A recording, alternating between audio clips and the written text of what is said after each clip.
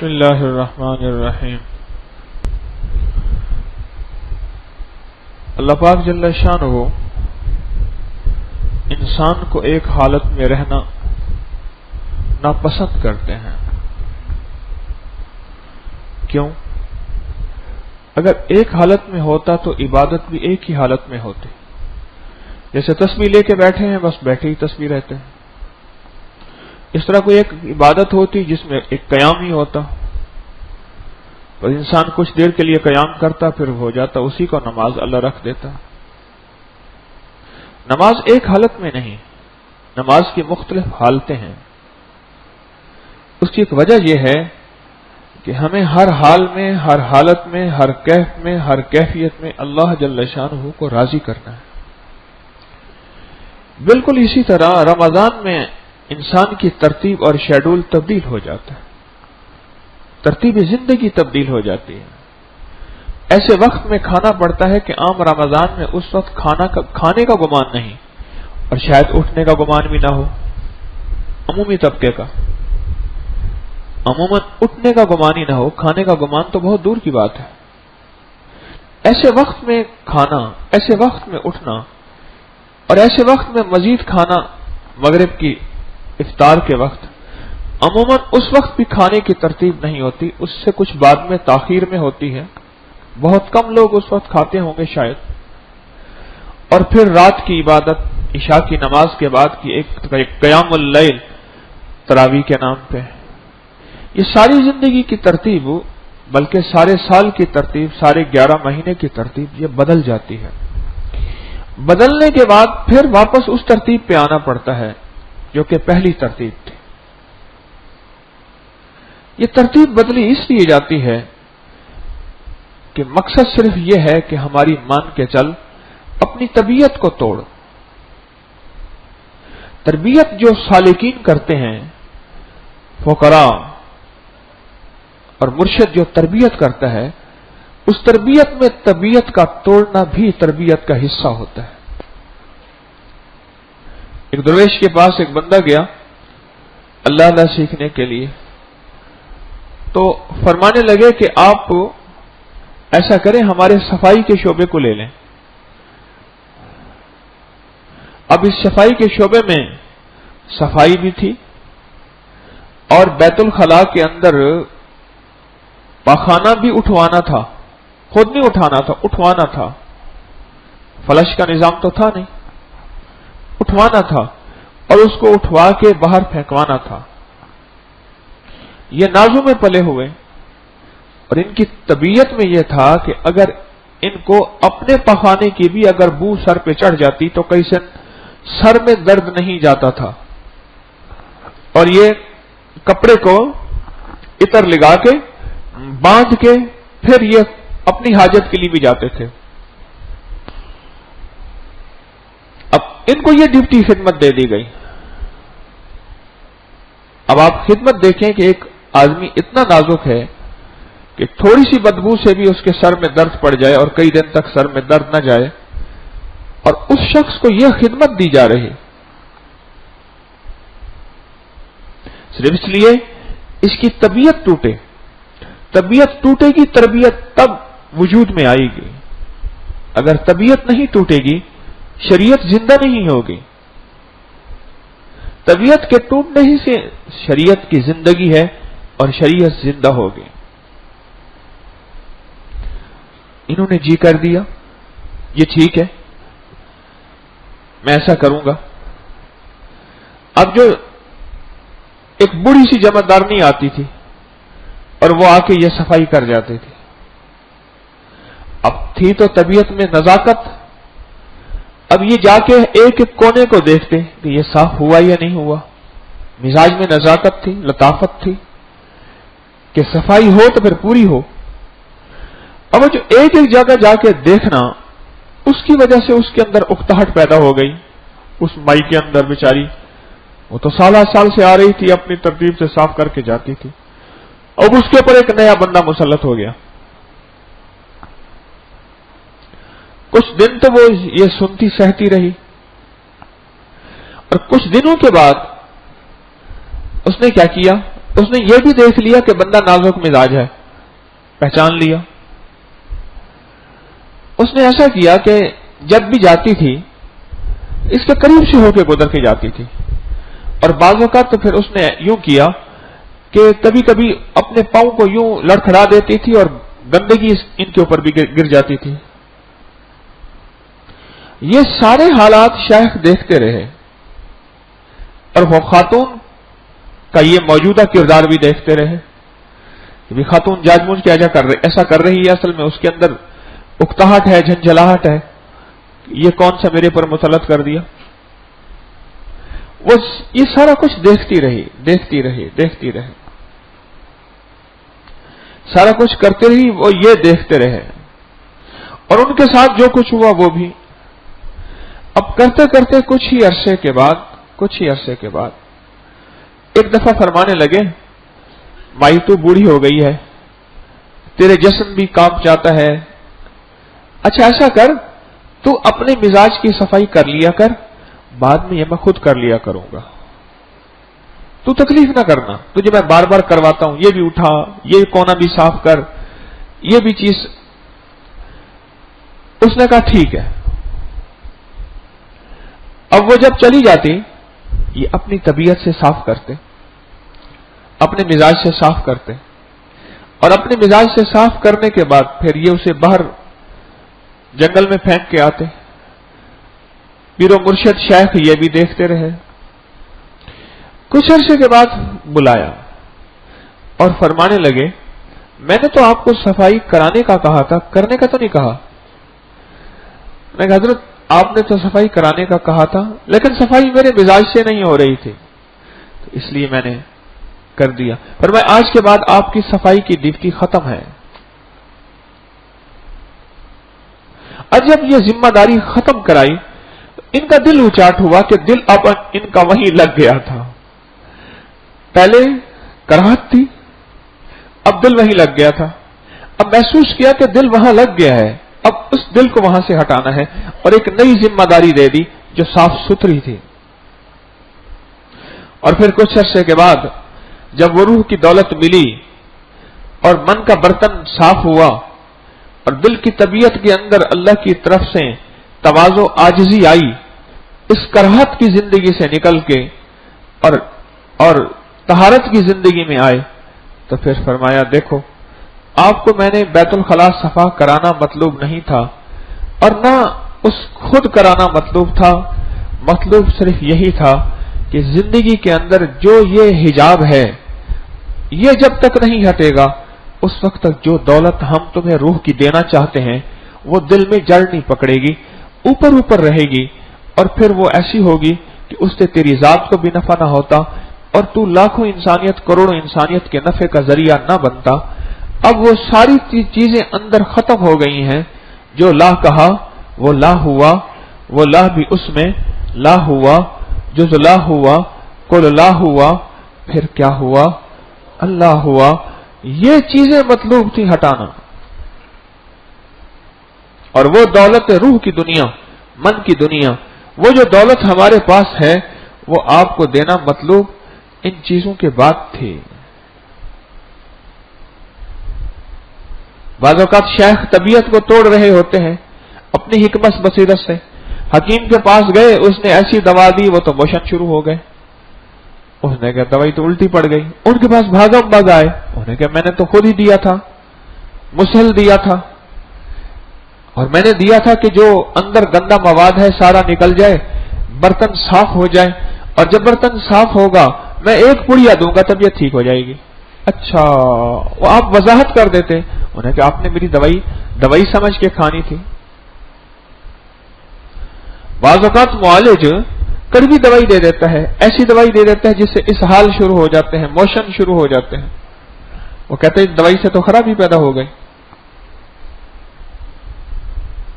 یہ دوائی تو میری نقصان دے رہی ہے. اب اس وقت سونے کا عین خمار ہوگا اور میں چاہتا ہوں کہ آپ نہ سوئیں. کیوں؟ عین صبح کی فجر کی نماز کے بعد کی حقیقی دولت ملنے کا وقت ہے، مجھے بھی آپ کو بھی.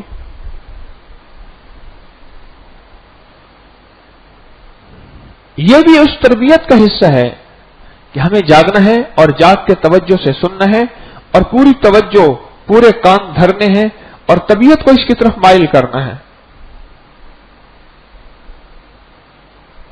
طبیعت کو اس کی طرف مائل کرنا ہے. جہاں بھی طبیعت ٹوٹے گی، جو میں نے عرض کیا رمضان کے معمولات بدلے، طبیعت ٹوٹی. انسان تراویح کے بعد جی چاہتا ہے اب میں سو جاؤں، سونے کے بعد لمبا سوؤں. یہ دل ہے تو مانگے اور ایک دم جھٹکا لگا. ایسی کوئی اور چیز بھی ہو، ایک اور جھٹکا لگے نیند کھل جائے. ہے دعا کے آتش عشق میں تو بھی میری طرح جلا کرے، نہ نصیب ہو تو جہان سنا تیرے دل میں درد اٹھا کرے. اب کہتے ہیں میں جی بھر کے سوؤں، کرنا اٹھ جاؤ، اب پھر اٹھو. اگر سوئے ہو، اگر رات سو گئے ہو، اور ایک بات بتاؤں، جو اجر رات کو سونے میں ملتا ہے وہ ساری رات جاگنے میں نہیں ملتا. یہی بتا دوں، رمضان کی راتوں میں جو ساری رات جاگنے میں وہ اجر نہیں ملتا. کیوں؟ اس سونے کے ساتھ سنت لگی ہوئی ہے. میرے آقا کا معمول تھا کہ اب کچھ دیر اپنی کمر سیدھی فرمایا کرتے تھے. اس سونے کے ساتھ سنت لگی ہوئی ہے. اس لیے عشاء کے بعد دو نفل کے بارے میں دو رائے ہیں. ایک یہ ہے کہ کھڑے ہو کے پڑھی جائے، اور ایک یہ ہے کہ کھڑے ہونے میں اجر زیادہ ہے، لیکن میرے آقا نے بیٹھ کے پڑھی تھی، اس میں سنت زیادہ ہے. دونوں طرح ٹھیک ہے. ایک یہ ہے کہ ساری رات جاگنا، فجر کے بعد سو جانا، کوئی حرج نہیں. ایک یہ ہے کہ رات کو بھی سونا، کچھ حصہ. قم اللیل الا قلیلا نصفہ او انقص منہ قلیلا. اب یہ رات کو سونا اور لمبا سونا طبیعت یہ مانے اور یہ مانگے. اب یہاں طبیعت ٹوٹے، شریعت جڑے. ایک ہے شریعت ٹوٹے طبیعت جڑے، ایک ہے طبیعت ٹوٹے اور شریعت جڑے. اب جب شریعت کو جوڑنا ہے تو وہاں اپنی طبیعت کو توڑنا ہے، تو وہاں صرف یہ حکم ہے کہ بس آپ نہ سوو، اب اٹھو، نور کے چند لقمے کھاؤ سحری کے نام پہ، اور پھر بھی نہ سوو، ہم سے راز و نیاز کرو. اس لیے اس وقت سڑکیں خالی ہوتی ہیں. ہاں اس تک پہنچنے کی سڑکیں بھی خالی ہوتی ہیں. یہ روڈ تو خالی ہوتے ہوتے ہیں. صبح جو فجر کی نماز لاہور والے یہاں پڑھنے آتے ہیں وہ کہتے ہیں سڑکیں خالی ہوتی ہیں. ارے اللہ والو، اس تک پہنچنے کی سڑکیں بھی خالی ہوتی ہیں، رش نہیں ہوتا، خال خال ٹریفک جا رہی ہوتی ہے. ہاں رمضان میں فجر کے وقت کچھ سڑک ہوتی ہے، لیکن وہ بھی راستہ بلاک نہیں ہوتا، کیونکہ روزے کی توفیق اور گرمی کی روزے کی توفیق سب کو نہیں ملتی. وہ تو سردی کی توفیق ہی سب کو نہیں ملتی، دسمبر جنوری کی. طبیعت کو توڑ کے شریعت کو جوڑ کے زندگی کی راہوں میں چلتے چلتے چلتے ایک وقت آئے کہ جسم اور روح کا رشتہ ختم ہو جائے اور لوگ کہیں کہ مر گیا. نہیں، اصل میں اپنے گھر گیا. جسم اور روح کا رشتہ ختم ہو جائے. یہ طبیعت کو توڑتے توڑتے اور شریعت کو جوڑتے جوڑتے زندگی کی یہ ادائیں چلتے چلتے اتنے چلتے اور نفس اور شیطان سے مسلسل جنگ لڑتے لڑتے لڑتے تو ہو کسی بھی حال میں مولا سے لو لگائے جا. حال آئیں گے، حال آئیں گے ناگواریوں کے، طبیعت کے ٹوٹنے کے، من کے ٹوٹنے کے، مزاج کے ٹوٹنے کے. کبھی توہین، میری توہین ہو گئی، میں ذلیل مجھے کر دیا، مجھے ذلیل کر دیا. ابھی میرے بیٹے دونوں، وہ رات کو شکوہ کر رہا تھا، چھوٹا، اس نے میری توہین کی ہے. مجھے اس نے میری توہین کی تھی، فلاں جگہ جو ہے میں نے بوٹی لی تھی، اس نے کہا تھا بوٹی کیوں کہا تھا، اس نے میری توہین کی۔ میں ساتھ بیٹھا تھا، میں کہا وہ پیار کرتا ہے، نہیں پیار نہیں کرتا، اس نے میری توہین کی تھی۔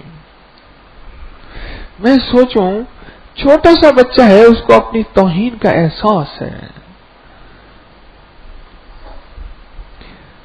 کبھی میری توہین ہو گئی، کبھی باتوں میں مجھے ذلیل کر دیا، کبھی رسوا کر دیا، طبیعت ٹوٹی ٹوٹی ٹوٹی۔ باجد بستامی رحمت اللہ علیہ نے رب سے پوچھا، مولا تو دل میں کیسے آئے؟ آواز آئی، باجزید دل میں ہمارے لیے جگہ تو بنا۔ حضرت باجد بستامی رحمت اللہ علیہ اور سفیان ثوری رحمت اللہ علیہ اور دوسرے اللہ والا کچھ اور ہیں، ان کے بارے میں یہاں تک آتا ہے کہ ان کو اللہ کا دیدار ہوا، اور سفیان ثوری کے بارے میں آتا ہے کہ 400 مرتبہ ہوا، خود رب کا دیدار۔ یا اللہ میرے دل میں آئے، تو سفیان دل میں ہمارے لیے جگہ تو بناؤ۔ یا اللہ وہ کیسے بنے گی، اس کا ہی خود بتا دیں۔ فرمایا ہر ناگواری پہ جو تیری طبیعت میں ناگواری آئے گی، اس پہ جو دل پہ چوٹ پڑے گی، اس چوٹ کے پڑنے پہ جو تیرا دل ریزہ ریزہ ہوگا، اور جو طبیعت کو توڑ دے گا، کسی بندے اور شریعت کو نہیں توڑے گا، کسی بندے اور کو نہیں توڑے گا، کسی بندے اور کو نہیں توڑے گا، بس وہی میرے لیے دل میں جگہ بن رہی ہے۔ اور جوں دل ٹوٹے گا، دل کے آئینے میں ہے تصویر یار، جوں دل ٹوٹے گا یہ شکست ہو تو عزیز تر نگاہ آئینہ ساز میں، جوں دل ٹوٹے گا جوں میرے لیے جگہ بنے گی۔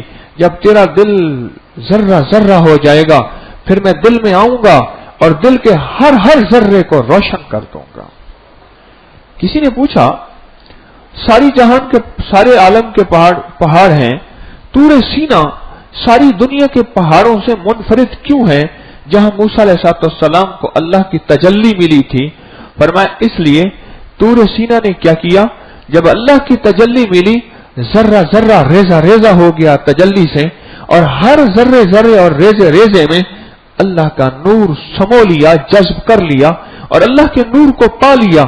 اب ساری دنیا کے پہاڑ تو ہیں، ان میں طور سینا کی حیثیت اس لیے منفرد ہے، اس نے اللہ کے نور کو اپنے اندر سمو لیا ہے۔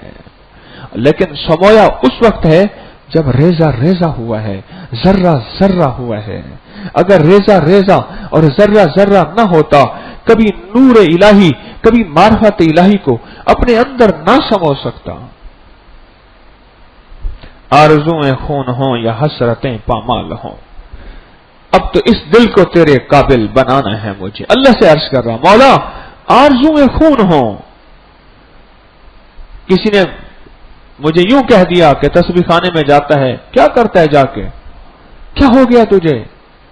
کئی آ کے مجھے کہتے ہیں، کئی گھر ایسے ہیں کہ ماں نہیں مانتی تو بیٹا مانتا ہے، کبھی بیٹا نہیں مانتا تو ماں مانتی ہے، شوہر نہیں مانتا۔ کل بھی ایک شیعہ فیملی میرے پاس آئی بیٹھی تھی، آپ کے درس سن کے بھائی روئے جا رہے ہیں، مجھے زندگی ملی، مجھے نور ملا، مجھے معرفت ملی، میرا شوہر نہیں مانتا۔ بیٹا کہنے لگے جی مجھے بھی بیعت کر لیں، بیٹی کو میں لائی ہوں بیعت کے لیے، بیٹا یہ مانتا ہے شوہر نہیں مانتا، کسی کی ماں مانتی ہے تو بیٹا نہیں مانتا۔ خوش قسمت گھرانہ ہے جو کہ پورا ہے۔ باتیں سننے کو ملیں گی، الزامات لگیں گے، مختلف طبیعتوں کا توڑ اکاڑ پچھاڑ ہوگا، کبھی اندر سے آوازیں، کبھی باہر سے آوازیں۔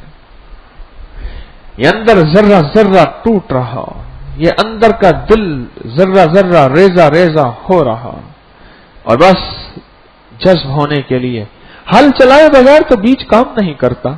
تو کہتا ہے ہل بھی نہ چلے اور بیج بھی کام کر جائے، ہو سکتا ہے۔